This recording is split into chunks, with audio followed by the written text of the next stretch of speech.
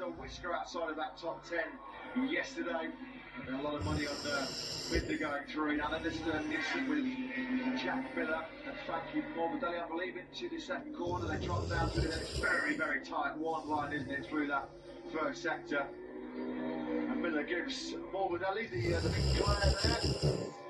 The difficult thing about that section, Matt, it's weird to do. Yeah, it is. So a right, left, and a right. If you choose one side going slow, and it's the right side for one, and then you're in the